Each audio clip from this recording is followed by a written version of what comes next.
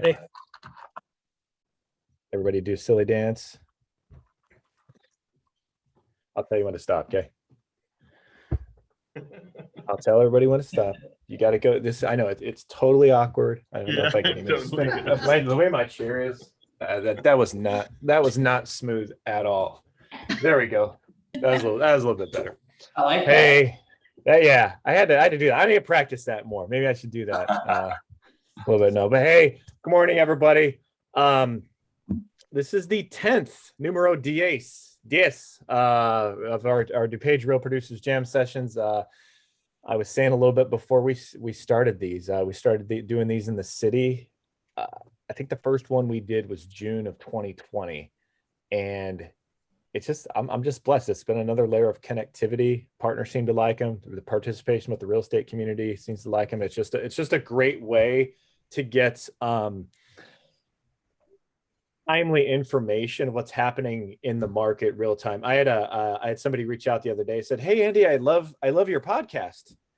And I said, "I don't have my brain was like, Apple, download a podcast." I'm like, I do not have a podcast. I'm like, what are you talking about? No, your little Facebook things. Oh, the jam sessions. And so I guess this is a podcast apparently with like 9 different people. I don't know how that would work, but here we are. So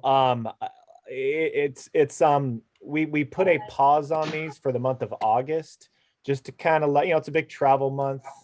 People are kind of getting antsy. So this is the first one we've ran in DuPage since August 3rd. We took about a 7-8 week hiatus. So we're excited to get these rocking and rolling again, at least once a month. So we got I say it's about 50-50. We got some repeat faces on here, some new faces. And let's face it, I think I make this joke every time, but if it's a go-to and people laugh all the time, keep the punchline going. So nobody's here to hear me blab and drone on. You guys are here to hear the agents, hear the partners, and it's just a great space where you can scratch each other's backs and glean insights from one another. So without further ado, I'm going to have the realtors introduce themselves briefly, then our partners introduce themselves, and then we're going to start talking shop. So Eva, would you mind kicking us off, please? Hi, I'm Eva Burns. I'm with Remax of Naperville. I'm 20 years in the business. I'm at the Marriott in Charlotte right now, and they want me out of my room, but I have a late checkout and they forgot, so I apologize. Hey, it's the authenticity of the jam session. There you go. They could have done it 15 minutes ago, right? If you get children that come in here, this is I don't know. I just find these are a little bit more authentic, just because I don't know if anyone rolls with it better than the realtors. So here we go. We're living life, right? Yeah. I totally forgot who's next. I think Emily, you were. Go ahead. So my name is Emily Kaczmarek, and I am with Compass in Arlington Heights, and I have been in the business just about 3 years now. I'm Deneen Ruffolo.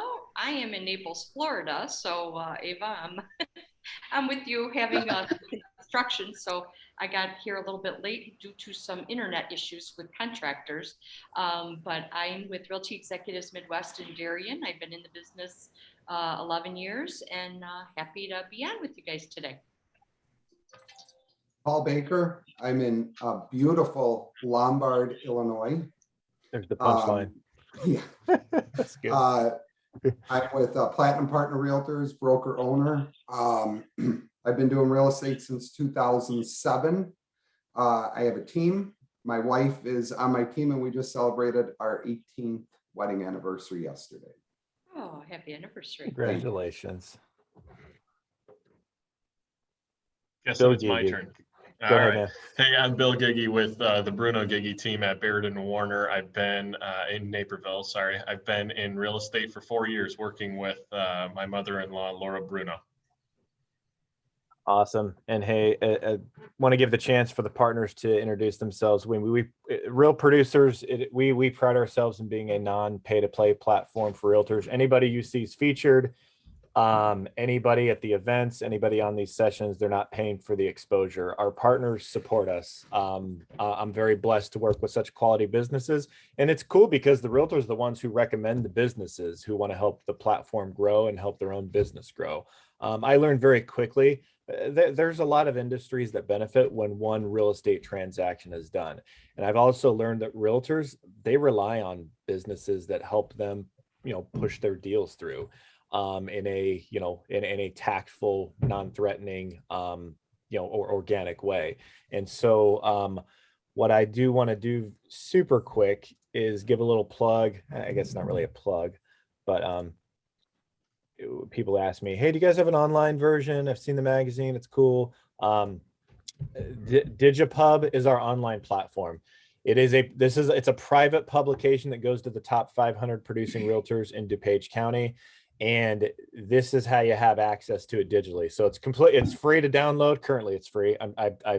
They've told me that they were going to start charging for it, but currently it's free. So I'm encouraging people just to get an account, even if you never use it.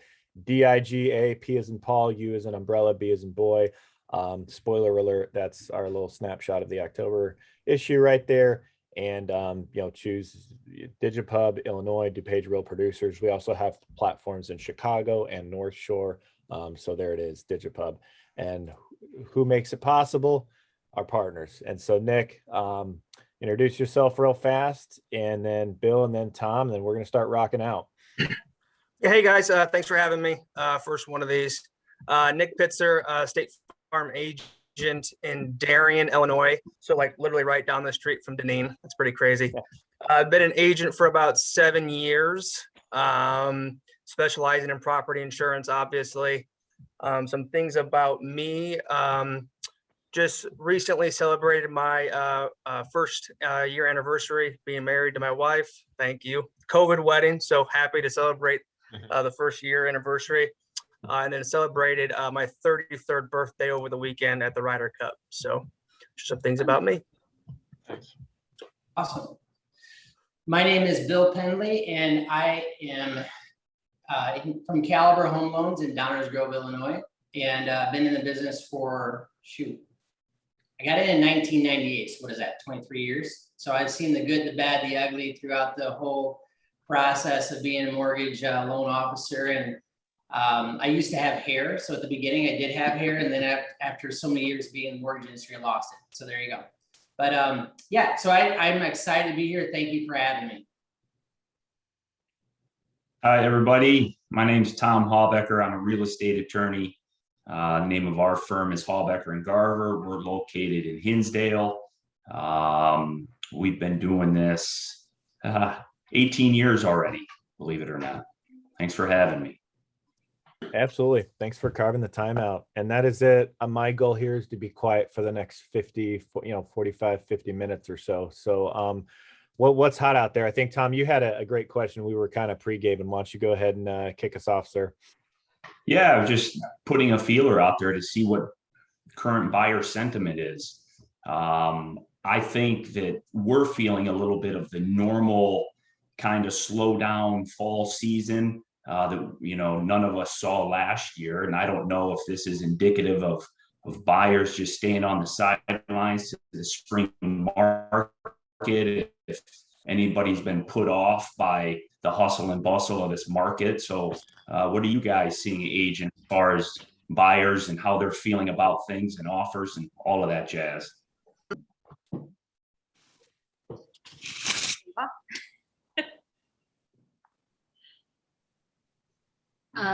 Yeah, I think that there's been a little bit of buyer shaming going on in the news and the media, and a little bit of uncertainty on the house price, housing prices going so high. So I definitely have seen some buyers, take a sideline right now and wait and see approach. They're not as tempted to go stand in line to get inside a house. And we're definitely not seeing the houses go in hours as they were, even though the inventory stays low. I mean, at least in my area. Yeah, I think the market times are increasing. The number of price reductions are increasing. Buyer activity for showing activity seems to still be pretty good. But overall, I think, with inventory just in Naperville, I just pulled it real quick. Inventory is down 50% year over year. And I have to imagine that some of these sellers that want to list aren't listing because they don't want to have to buy back into the market. So if they're buyers, then that says they don't want to be buyers right now. So I just think that's the case with prices. Yeah, I've had several buyers, renew their leases, stay at home. I have seen some of our buyers try to fight back with the prices. It has slowed down a little. You're not in a super seller's market with a capital S anymore. It's still a seller's market, but it's not nuts. So I've had some buyers try to fight back and fail miserably. It's still a seller's market. It's going to be, I personally feel, for many years to come, not months to come. We are so behind as a nation in building new homes, and that includes condos all over the country. Some estimates of 5 million behind. It's going to take years to get the market balanced. Is anyone else seeing deals fall apart more? I haven't personally experienced this, but I'm seeing a lot being reactivated after being under contract. And I'm wondering, are we seeing it in other, I'm seeing it a lot in Naperville, actually. Are we seeing it a lot in other areas as well? I think I've been seeing a little bit more of it too, Eva. I think people are getting a little bit, stymied with when the appraisal comes in. So our sellers are, all gung-ho on, we're getting X amount of money for our houses because of the inflation that we've had with the market.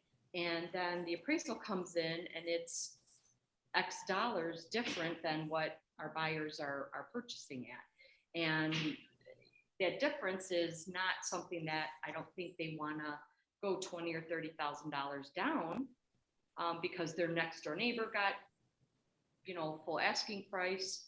Why should they have to come down? So they're reactivating them. Right. So yeah.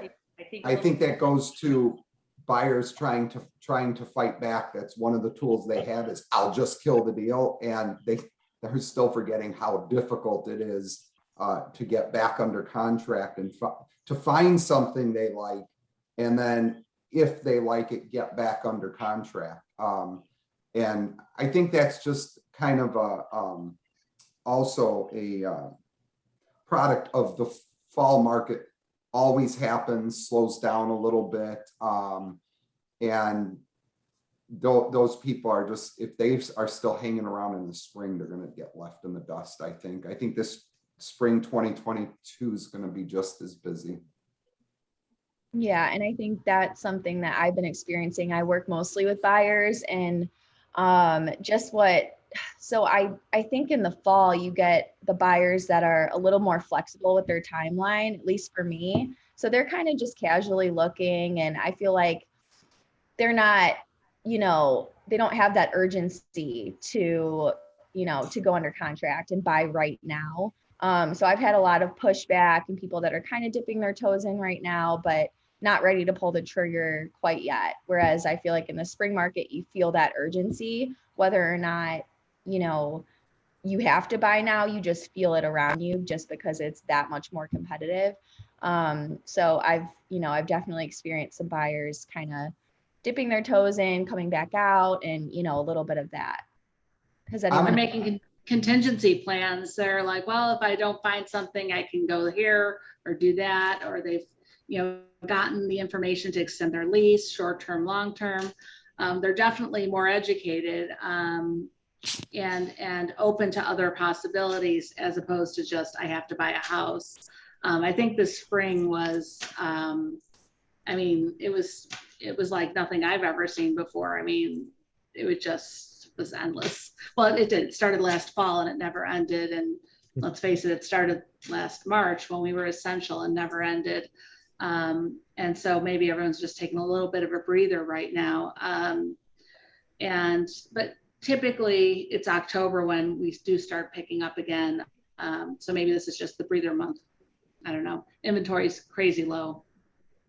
I'm curious what the partners, on this call here, because obviously as real estate agents, when we're out with the general public, people always want our opinion as real estate agents. What do you guys hear in the real world, the world away from real estate? What are buyers, potential buyers saying to you? Because no matter what industry you're in, you're always meeting someone who's looking to buy or sell a house at some point. I can jump in here. So this weekend was probably one of the first weekends that I had no calls. Usually I get pretty good amount of calls over the weekend just from people looking at homes and, a lot of buyers out there. So it really kind of freaked me out a little bit. But then yesterday I had a buyer call and said, okay, I'm ready. I'm hearing the news that things are slowing down. So now I'm ready to jump back in, which is a good kind of refreshing, thing to hear from somebody. And I think that that's just kind of what we're seeing, maybe a knee-jerk reaction with regards to, that market. It was such a tough market in the summer, and people are starting to kind of come back. Okay, well, maybe it's okay to jump back in and test the waters a little bit. So, and then I had another call yesterday. So it's just weird. It seems like it's kind of been like this pendulum a little bit throughout the year with regards to people getting deflated from, multiple offers. And now I'm starting to see a little bit more activity come back on the mortgage applications.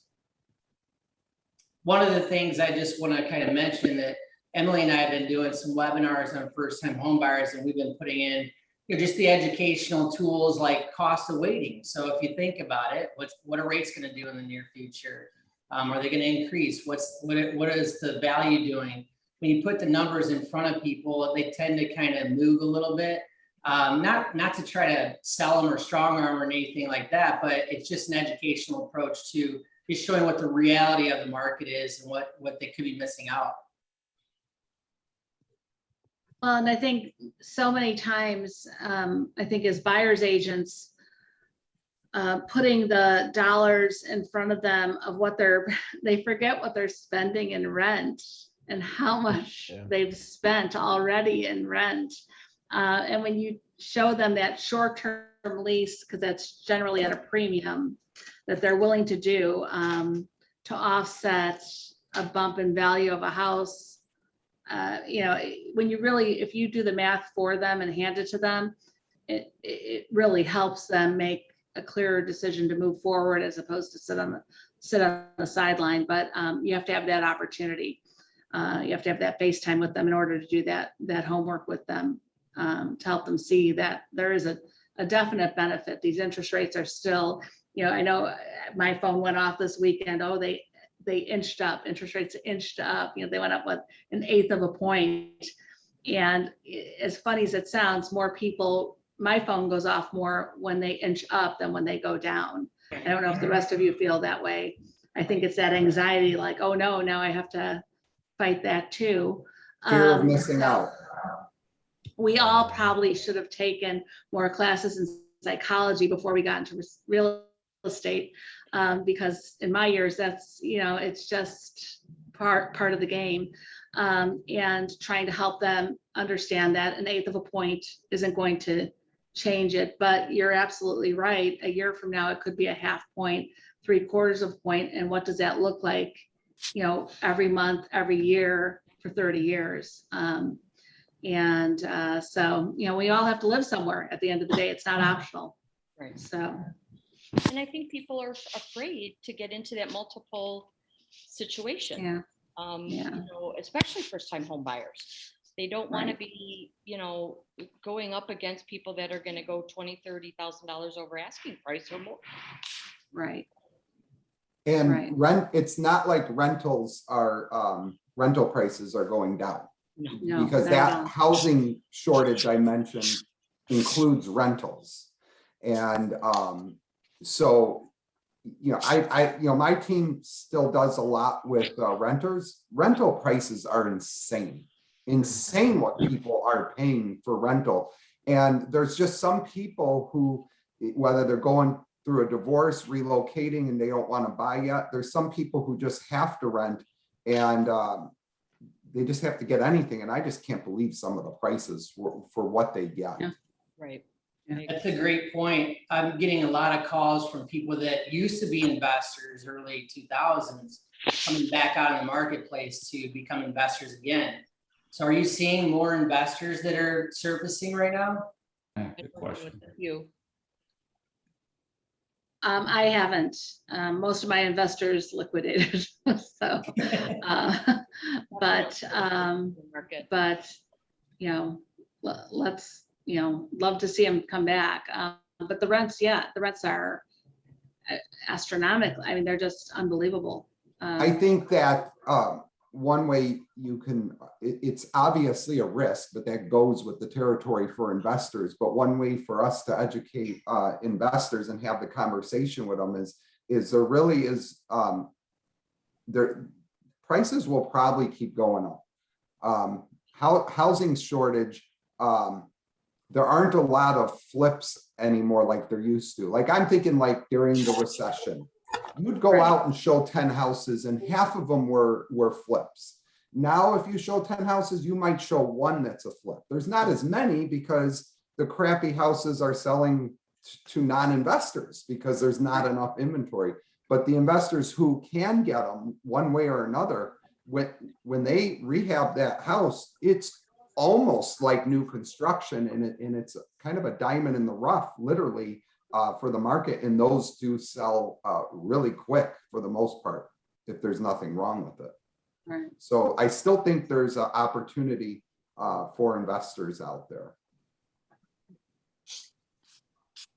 I like the questions from buyers too, that if a house is on the market for, let's say, 2 weeks, why is this house still on the market? What's wrong? Right.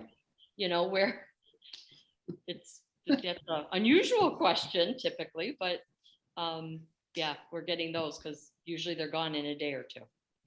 Right. So that kind of shows the trajectory of the market a little bit as well, that it has taken a little bit of a slow stance from the insaneness of hours on the market to now we're staying on the market for, you know, a few days or a week. Right. Yeah, they used to, I mean, what was the typical for you guys before when the buyers would ask that same question? Was it 30 days? Was it 50 days? I mean, now once they see double-digit listing days, it's like there must be something wrong with that house. What's going on with that house? When before it was 30 to 50, then they'd be like, okay, if they haven't made a price change, there's something wrong, right? Right. Yeah, when during the recession, I used to tell people if we have not sold the house in 2 to 3 months or 7 to 10 showings, yet that 7 to 10 showings could take 3 months, we would then talk about lowering the price. Now it's like if we haven't sold the house in 2 to 3 days and 7 to 10 showings, we probably listed it too high and we need to lower it. And you get that as an agent, sometimes it's hard. You got to be a little patient, pull back a little, not get too anxious, because I've had some where, you know, 2-3 weeks goes by and you still sell it at or above list price because people are, once they find it and like it, they're nervous about losing it. So they're willing to pay more. I think at the higher price points though, we are seeing some maybe sellers that are unrealistic about, Yes. you know, where that is, where that price point should be. And, you know, do I have to mow my lawn? Like, yes, you have to keep your lawn mowed. You know, they're not willing to do any of the work anymore and still wanting a huge premium. And the market will tell them now, the buyers aren't as willing to buy anything at any price. So I think on the lower end, if you're under 400, absolutely. But anything, you know, 5, 6, 800,000, they're getting a little bit more pressure to go back to, you know, being priced. If they're fully updated and shiny and new, great. But if they're not, they're having to do a little bit more of a reality check, at least in our area, I believe. Little sprucing up, you know, price more appropriately. They have to be compelling in the higher price points. And I think that's where I'm seeing a little bit of this leveling off, even though inventory is still low. The higher price points aren't selling like the lower price points for sure. speaking about price points, we haven't seen a whole ton of appraisal issues on our files. Have you guys been experiencing any low appraisals to the extent that it's worthy to talk about? I really haven't. We haven't. No, and I think now appraisers are using the stuff that sold during that super sellers market. When people were waiving appraisals, when they were putting extra money in, so on and so forth, and they closed out in the MLS. You don't have to put in the MLS, this buyer put an extra 15,000 in. There's no category for that. It just closed. That's right. I was just looking at one today I know we all have the stories, but I was just looking for a house that I'm going to be listing in Winfield, and I saw, listed for $379,900, closed for $440,000. I mean, that 70, right? 860K over. But that's a new comp then. Whether those people put 40,000 extra or not, the MLS doesn't know. The appraiser only sees the sold price. So I think for a while here, I think we're, knock on wood, I think we're going to be okay with appraisal issues. But it brings up a really important legal question for you. When the appraisers call us, which they do, about our recent closed, when they're trying to comp out on the next property, because they call me all the time, right? Don't they? And they ask us, was there an appraisal gap? Legally, should we be even commenting on that? I don't know if that's a yes or no answer, right? So the appraisal's asking you if there's an appraisal gap. I mean, because it's not documented anywhere, and they're looking at this lone wolf here, 70,000 over list price, wondering. I mean, those calls are right around the corner for all of us. How have you answered that? I haven't gotten those calls yet. Oh, you haven't? They're right around the corner, because we get the calls from the appraisers all the time regarding our previous sales in the neighborhood when they have a question. But I know based on this year's activity, that those will be the next round of questions we get when the appraisers call us. I would say it's confidential information. You're appraising the structure, not I the buyer. agree. Yeah. Well, I agree. I mean, they have asked a lot about, was this in multiple offers? What do you say then?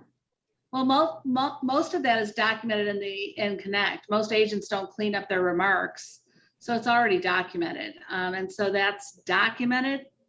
I don't have a problem with that. But anything that's not documented, that's why I'm asking the attorney. I'm not sure. In the end, isn't it supposed to, his comps are supposed to be based on the sales price? Yes. I mean, anything other than that, to me, should be irrelevant. Yep, I agree. So it's irrelevant. That's what I would say. Hey, the close price, the sale price is the sales price. How we got there, it's an arm's length transaction. How we got there is irrelevant. Right. Thank you.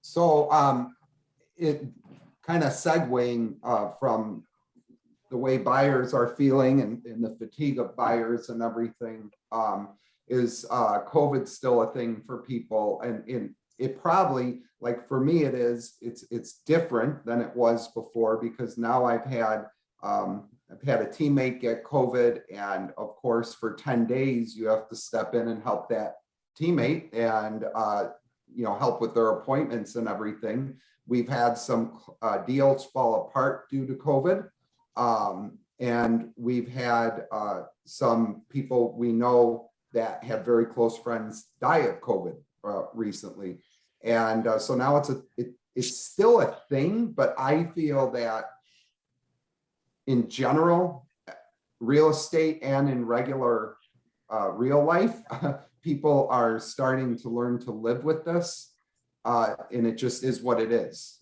As far as sporting events, concerts, restaurants, so on and so forth, I think people are just being smart, but we're social creatures, and people don't want to do Zoom. As great as this is on Real Producers, people don't want to do Zoom forever. Yeah, I would say that's the two biggest ways COVID has kind of impacted us as a team. I think one is people are done with Zoom listing appointments, right? I mean, they're over the kind, they're doing that for work. They're working from home, a lot of folks are, and we're ready for the more personal interaction. So we've tried to, the most comfortable somebody can be, we'd love to do the listing appointment at your home so we can be there and see it rather than being away, because even a video tour doesn't give you the feel of the home. I mean, I had an agent on our team who sold a home, and you see it and it looks great, and then you get there and it smells like smoke. We wouldn't have known that over Zoom. Like, that's an issue that they have to address that maybe they didn't share with us. That is a huge deal for buyers that they have to take care of, or cat smell, or whatever other smells there are, right? Those smells, you can't smell them over Zoom. So that's a big one. And the second one is open houses. The level of getting personal with folks at open houses has definitely decreased because of the masks, right? You have masks, and I'm not getting into the whole political side, but the masks and COVID, people aren't willing, well, most folks aren't as willing as they used to be to stop, shake a hand, have a conversation. And then that makes it a little bit more difficult than the open house portion of it. Those are the two biggest things, nothing crazy major, but just a comment I wanted to make. It definitely makes it more difficult, though. I mean, that's the launching pad as real estate agents, is that personal connection and getting people to like you, sell yourself. And if you got a mask on and you have to stay 6 feet apart, yeah, that makes it a little more difficult. Yeah. Well, it's that our facial expressions really sell who we are. And if you only see our eyes, so to speak, you don't see our faces, and it changes what people think. I was just at a bar for dinner, and the girl was talking, and she took her mask off. In Florida, it's the free world here, according to some. But she said, I'm so not used to talking without my mask on. My mouth is moving, and before with my mask on, I could say things under my breath that people didn't realize. And maybe some of us have done the same thing. So I think that our smiles and our facial expressions certainly get lost with the mask on. But yet I think that COVID kind of opened up a few other doors for real estate that maybe wasn't comfortable or open before, in that the video conferencing and showing houses to people out of state. I actually had a showing yesterday. People from Vegas were trying to buy in Illinois. Agent wanted to video and asked if that was fine. They said, sure. So, maybe 3 or 4 years ago, we didn't have that very often, where now I think it's a little bit more comfortable for us agents to say, hey, are you okay with this? And do that for our clients. Yeah, I said it before. I just want to give credit where credit's due with regards to the agents and being able to navigate through this, because you have to be showing people homes, and there was that whole different dynamic of, okay, is it clean enough? Or is it, I've heard so many amazing stories, inspiring for me as just somebody who's been in the business this long. But we've kind of taken that approach with the Zoom calls as well too, and doing the buyer consultation. Nick, what are you doing with your clients as far as the insurance world with that? Yeah, it's been pretty crazy, really, since September. What I've seen, myself and my team in the office, which is when we rolled back full time, I've seen about a 50% uptick in my homeowners insureds wanting to have appointments, really, since September, month after month up until this month. With that 50% uptick, I've had about a 35% increase, and of those appointments, insureds wanting to come into the office and have that kind of one-on-one, and masking up, sitting behind my plastic screen right here, and just kind of having that one-on-one customer facing appointment. So it's been actually kind of crazy to see that, even with the pandemic going on and everything.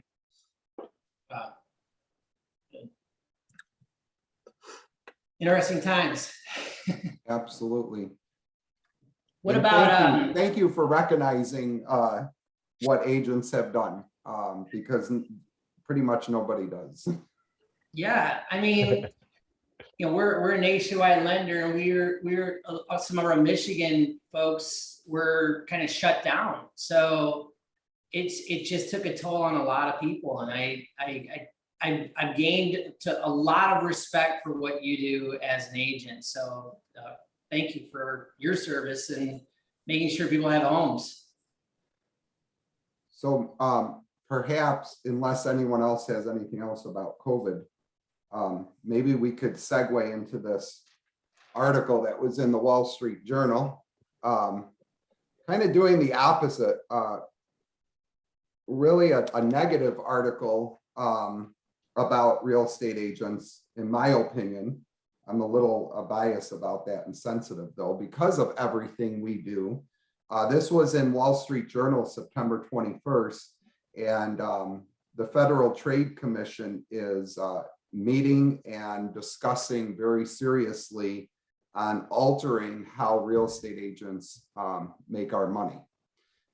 In summary, this article makes it seem to the general public who would read it that we just kind of throw a sign in a front yard and walk home with $50,000 after each closing. And we just roll in our money like Stooge McDuck. We do nothing for society. We do nothing for charities. As Andy said, Andy Burton from Real Producers, it is amazing the amount of other people that once we get a transaction started, the people that make money off of our transaction, it trickles down to the photographer, to the home inspector, to the attorney, to the lender, to the title company, to recommendations for carpet cleaning, window cleaning, the house cleaning. It becomes a massive economic boom. Each of our little transactions become an economic boom. I've never really added up how much, but it's not just the commission. It's how much is the lender making, how much is the attorney making, how much is the title company making. I'd piggyback on that article. Every time I didn't see that article, but when I see those articles, my issues with those is that they're always talking about one side making the commission. Mm-hmm. And it's not an agent making the commission. It's a brokerage taking that commission and dividing it between that brokerage, another brokerage, multiple agents, and paying it out in accordance with the terms of their agreement, right?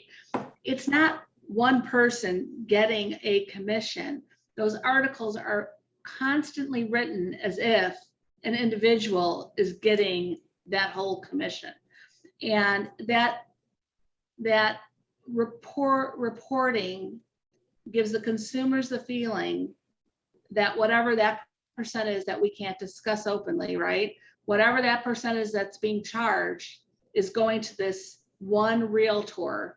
And it's apparently the Wall Street Journal decided it is okay to talk about commission, by the way. So as long as it's here, I will openly say what they said. The average commission across the country is somewhere between 4.9% and 4.94%. Because, we all list stuff at 4.94%, I'm interested in how they got that, but whatever. That's something they down from 5.4% in 2012, by the way. So the same article that's kind of ripping on the money we make doesn't talk about the fact that we are making less than we were in 2012. And I guarantee that we're spending more. Brochures cost more, photographers cost more, virtual tours cost more, so on and so forth.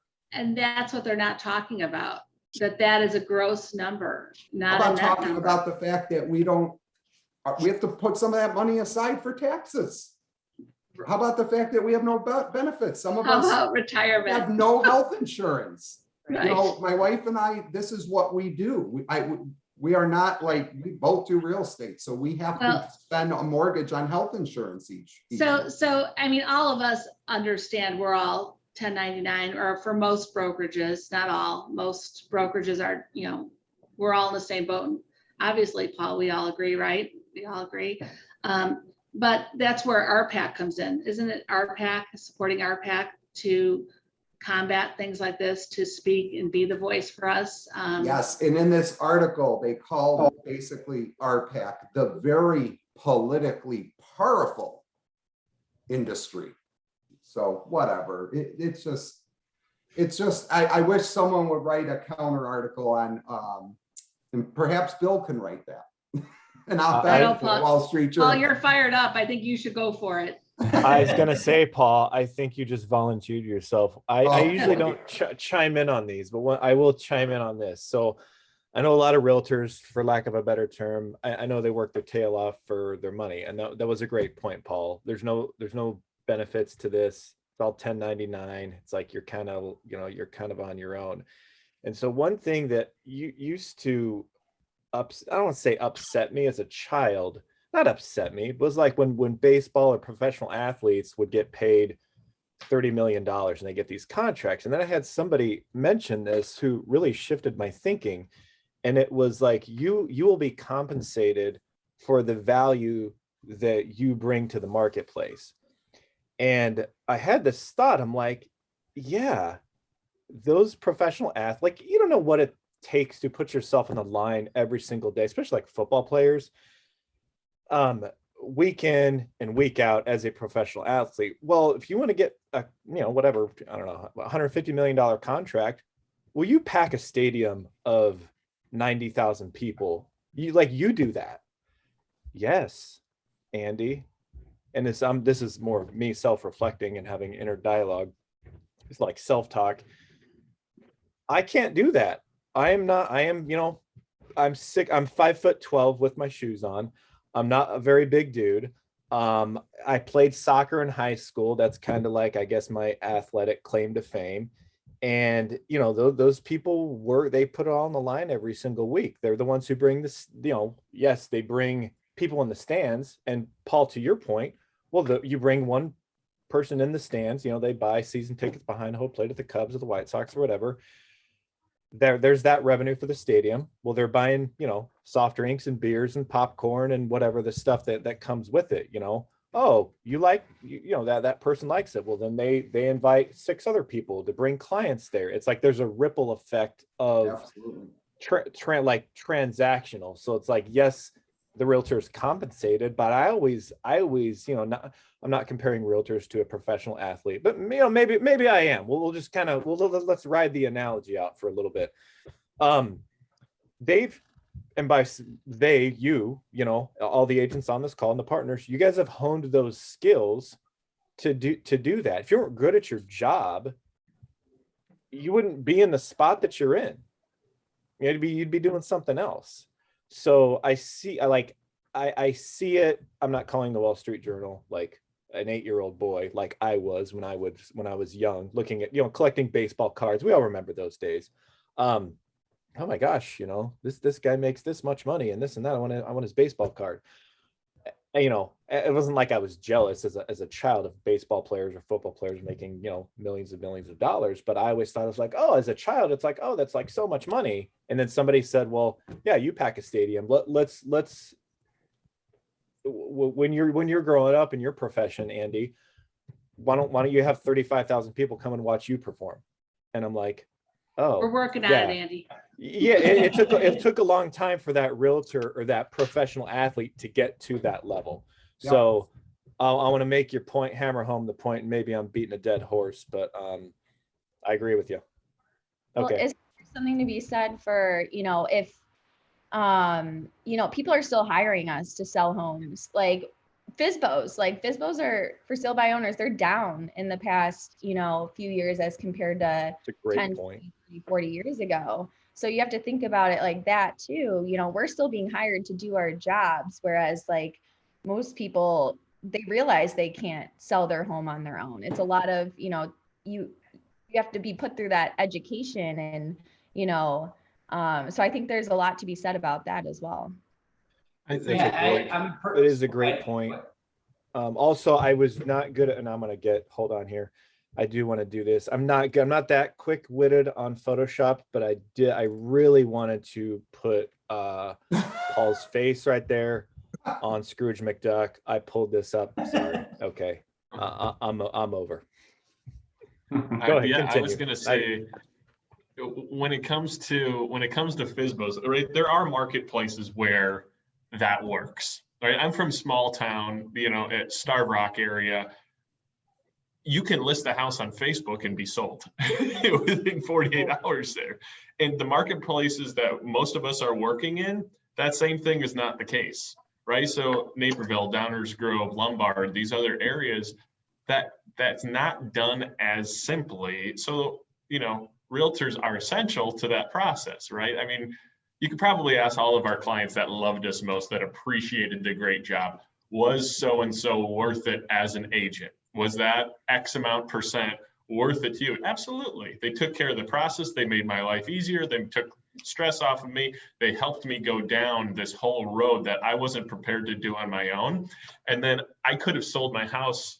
I could have undersold the potential of my house because I didn't get it out there to the market that is provided by being on the MLS through a realtor who's going to do this active job of selling my house, right? So there's that whole dynamic that's missed. And then naturally over time, commissions are built into prices, right? I mean, without that, let's call it 4.94% that they're calling the average in the prices of the homes, the prices of the home's going to come down a little, right? If we're not paying for anybody to do this service, that's already been built into these home prices. So it could come down a little bit, and then you don't have the expertise and help and assistance of 2 or however many professionals helping you navigate something that's what your biggest asset in the world to Yeah, sell you'll it have people or putting buy it.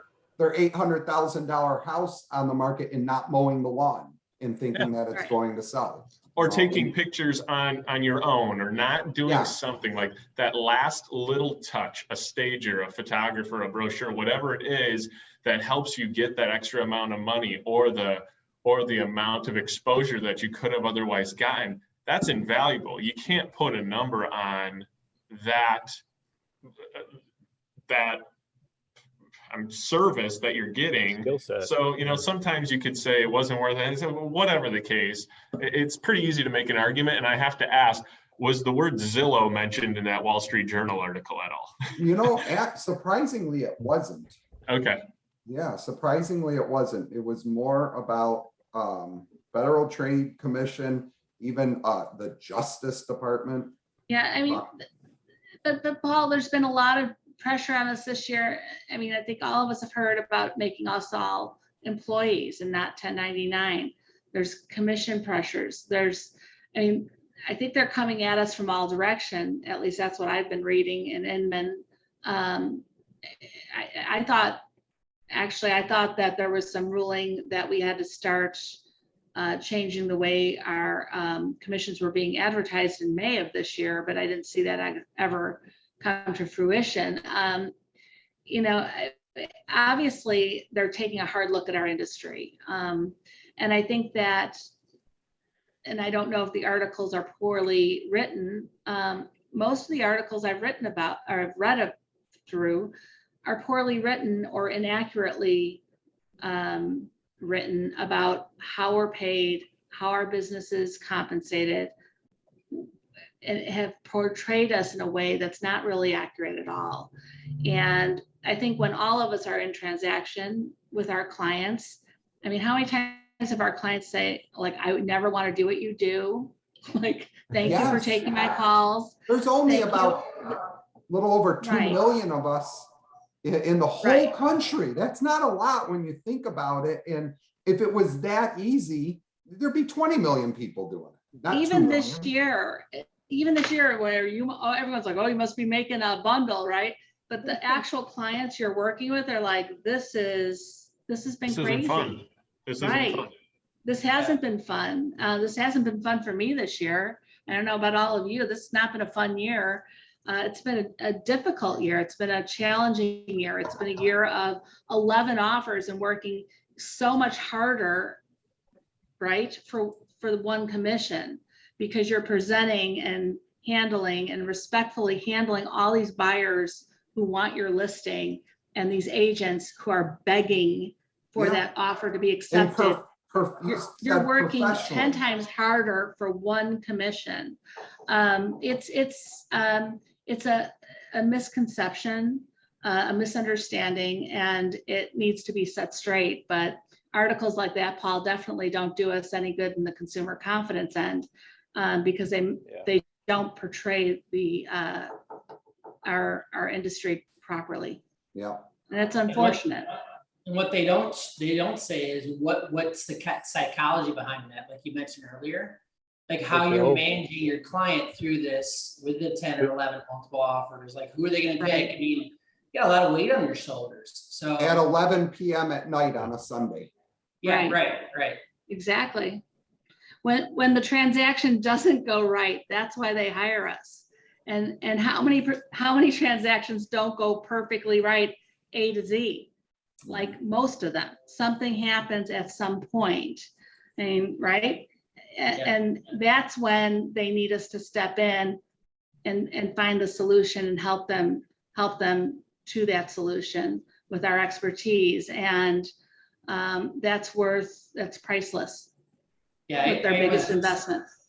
I was listening to a Brian Buffini podcast yesterday, and he said exactly what you all are saying. You're an expert, right? So personal testimonies last year, just not to offend any agents that I work with. I tried selling my my property over in Naperville by myself, and being in the industry for 23 years, right? I thought I was an expert. Well, I got showed up really, really quick with not pricing it right. I had to bring down the price quite a bit to sell it. I was stressed out.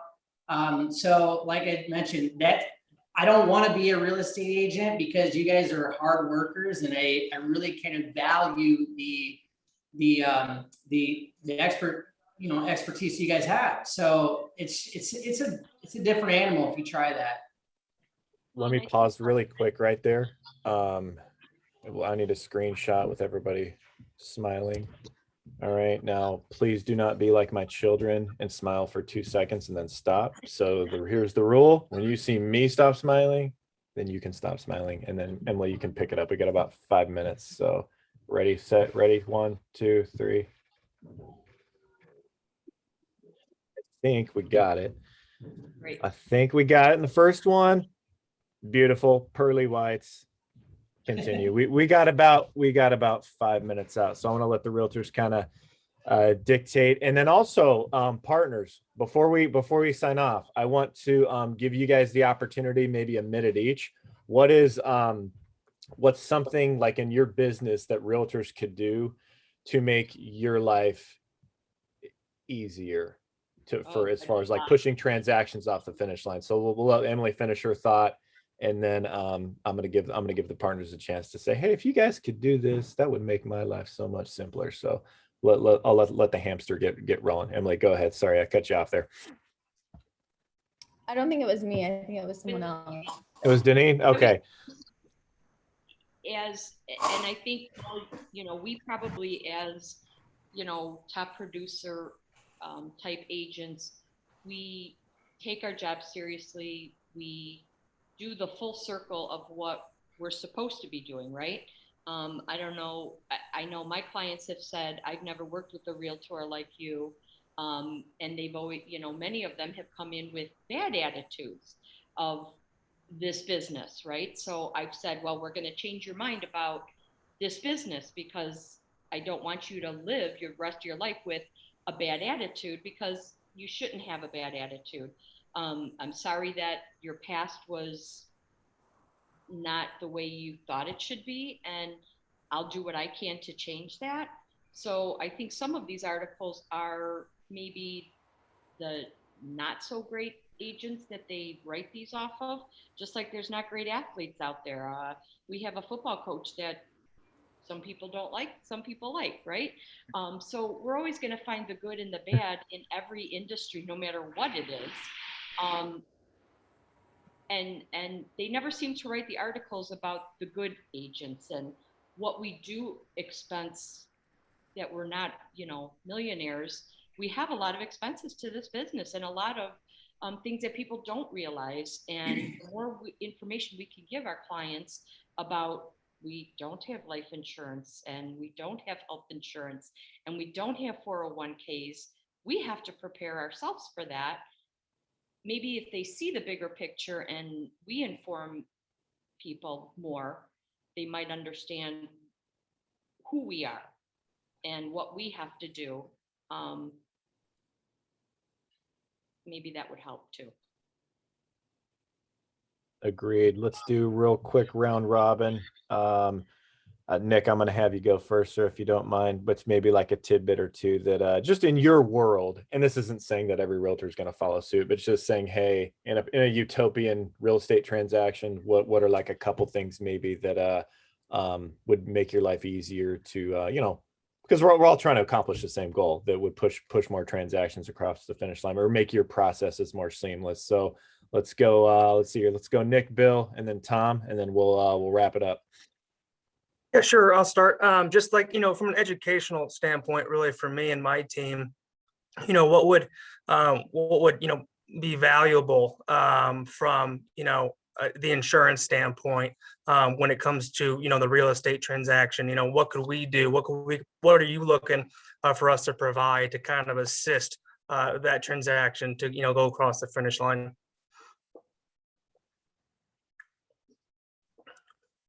If it's a condo, a townhouse, a house, what our clients need as far as policy goes. Yeah.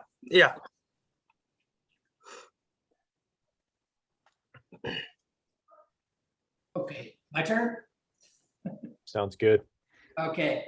I think the biggest thing for me is just I'm still getting agents that are showing houses to people that aren't qualified, and everybody on this call I know doesn't do that, but I've been jammed on some deals and I'm like, whoa, this guy is not ready to buy a house. Give me at least another month or two to try to correct some issues or figure out where his cash is coming. It's just a lot of times you're seeing agents that are trying to snag a deal from maybe a lead generator or something, and they're not qualified buyers. And I think that's setting people up for failure on both sides. So I think the biggest thing right now is just making sure that your buyers are pre-approved. So that's the biggest thing for me. That's great. Tom, 30, 45 seconds or less, my friend. Really easy for me. And I get why people want to close on the last day of the month, but picking a 25th or a 26th or a 27th close date is so much better than the 31st all around. I like it just that. minimizes the risk of delays at closing, movers, you name it. Everybody knows the last day of the month is nuts. So, when you get those closing dates on contracts that are a few days before the end of the month, it's a big help. And it's a big help for everybody involved. It really is. I love it. That's simple. And I think that's something that just when people are wary of it, that's great. Well, hey, I'm going to respect everybody's time. Don't sign off yet, but I'm going to cut the live feed. 3, 2, thanks for joining us. But seriously, everybody, we appreciate it. You guys know the drill. I'll let you get to your day. If you want to join another one of these in a month or two, please let me know. Also, I think we had a couple people late on the Zoom. I announced this, but our launch party is going to be, and I will send the invite, Solomos Brewery in Naperville, October 28th. It's a Thursday, 2 to 5 p.m. The Eventbrite link is not up yet, but I will add everybody to like a pre-registration. You will have to register on Eventbrite, but the link's not up yet, but I just want to kind of throw out a little save the date. So it's going to be fun. We're very much looking forward to it. It's long overdue.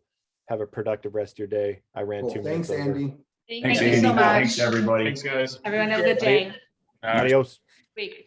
Have a great day. We expect your article's due, Paul. He signed off.